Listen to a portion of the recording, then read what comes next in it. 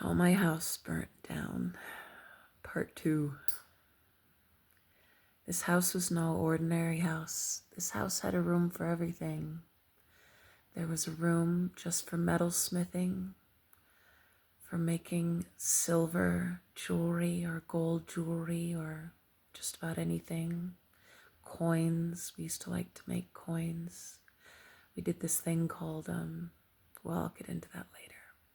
There was a room just for glass blowing, and it was like a hobbit house.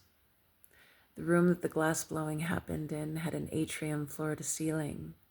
It was round and it had big windows, and so it was kind of like a greenhouse. It would be very cold in the winter, but beautiful, gorgeous, fantastic in the summer. There was a tack room where I kept all the beasts that I was collecting. I had roadkill I would put on ant hills and cover in cages until the ants stripped all those beautiful bones clean. I had coyote, I had rattlesnake.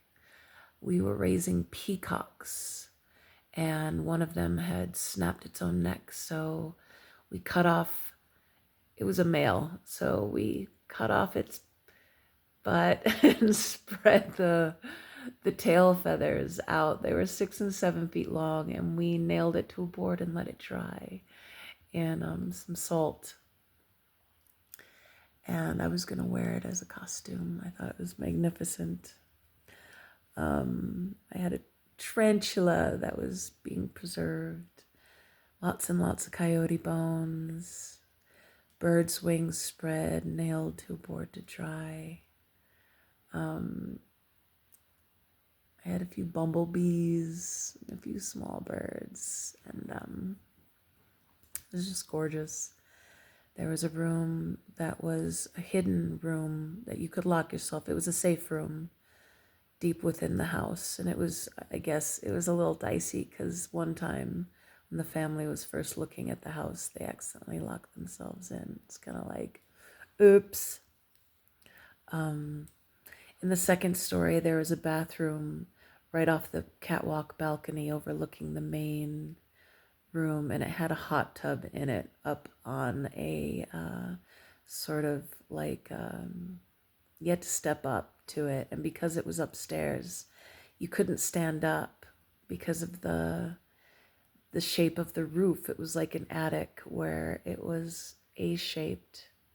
You know, you could stand up in the middle, but each side was slanting down to where you'd have to crouch all around. It was a strange bathroom. There was a toilet and a sink and a hot tub up on a platform that once you got in, it was wonderful, with a beautiful, huge window that looked out into the yard.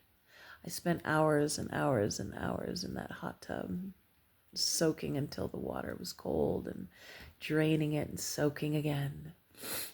There were 2 bedrooms upstairs, one on either side of the building, in the eaves, so they also had pitched roofs. Very amazing, you know, kind of like lookouts.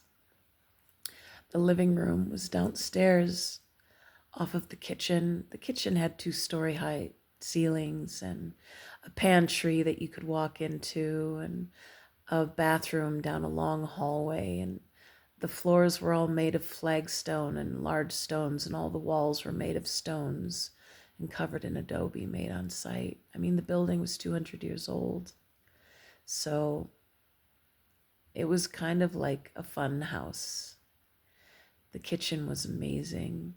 The rafters above the kitchen, we shoved a mattress in and would climb over the banister upstairs on the catwalk and sleep in this twin bed in the rafters above the whole room. It was the warmest in the winter, and mostly my lover and I were there alone, so it was perfect to sleep up there. There's something really romantic about sleeping in the rafters, especially when you're newly, freshly, obsessively in love with someone and it's only a twin bed. You're just constantly, like all curled up on each other.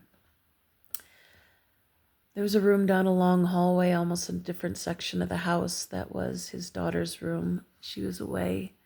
While the kids were away most of the time, they only came back on weekends once in a while.